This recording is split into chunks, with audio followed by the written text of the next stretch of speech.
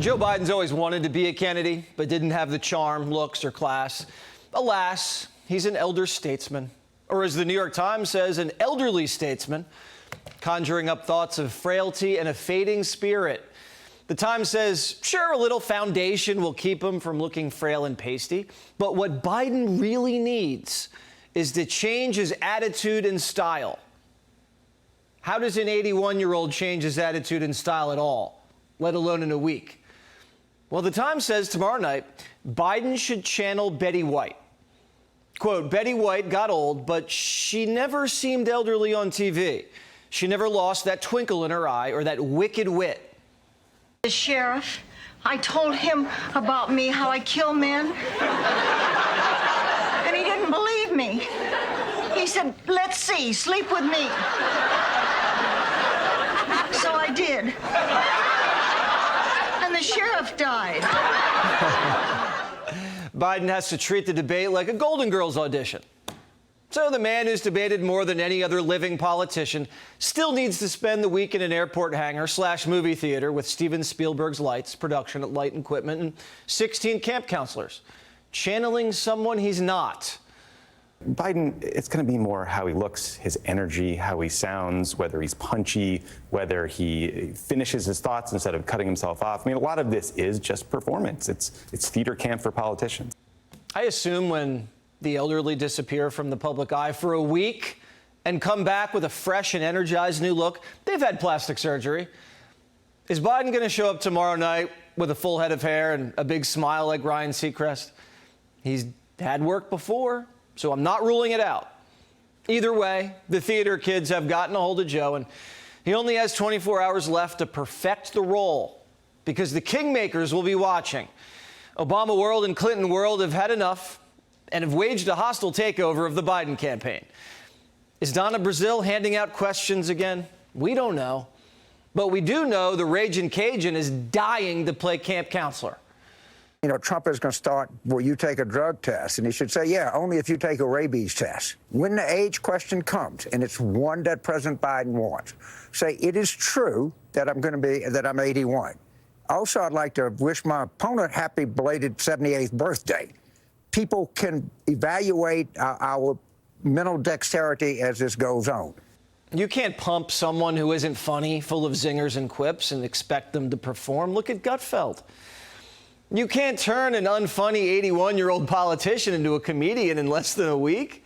So bad advice from Team Clinton. Team Obama's advice, the complete opposite. What he can say is, look, this isn't about my future or his future. We're both at the ends of our careers here. This is about your future, and the question you have to ask is this person going to fight for me, or is this person going to fight for themselves? Yeah. And that is very, very clear.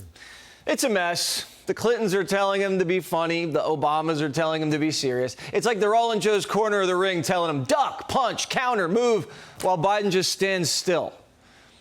Obama has Camp David wired, and the 16 camp counselors are reporting back to Barack that Joltin' Joe Biden isn't impressing them at debate prep. Can't nail his lines, can't maintain his energy, and it's leaked into the media. What you need is a self-own. And I think in this moment, Joe Biden has to go out there with a self-own on the age thing. I mean, I'm so old I may not make it through the next 90 minutes without needing to sit down and taking a sip of water, but I'll never disgrace the office of the presidency. I'll never hand state secrets over to the enemy. I'll never call Vladimir Putin a really smart guy. I'll never frame a love letter from Kim Jong-un. I mean, he has to come in there and punch him in the face with his own boast. If Biden doesn't go in there and punch him in the face with his own things he's proud of, then the thing is lost before it starts. If Nicole Wallace is hearing Biden's having trouble standing at Camp David for 90 minutes, Betty White might not cut it. And the odds makers see it coming. Nate Silver, the Democrats' numbers guru, says the presidential race isn't a toss-up. Trump's odds of winning are now 2-1. Trump pulling away at way ahead in a new Quinnipiac poll, too, up 4 points nationally on Joe. The voters even think Trump would do a better job at handling threats to democracy.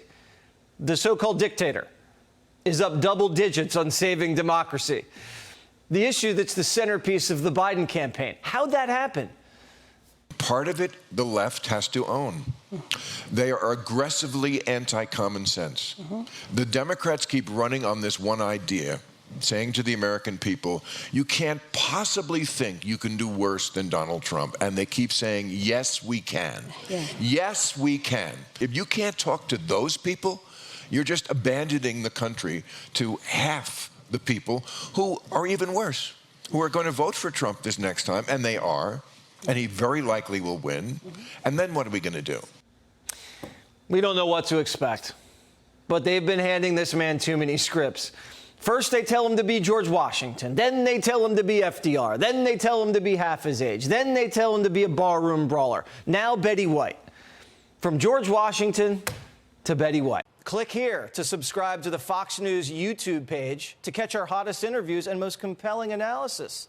You won't get it anywhere else.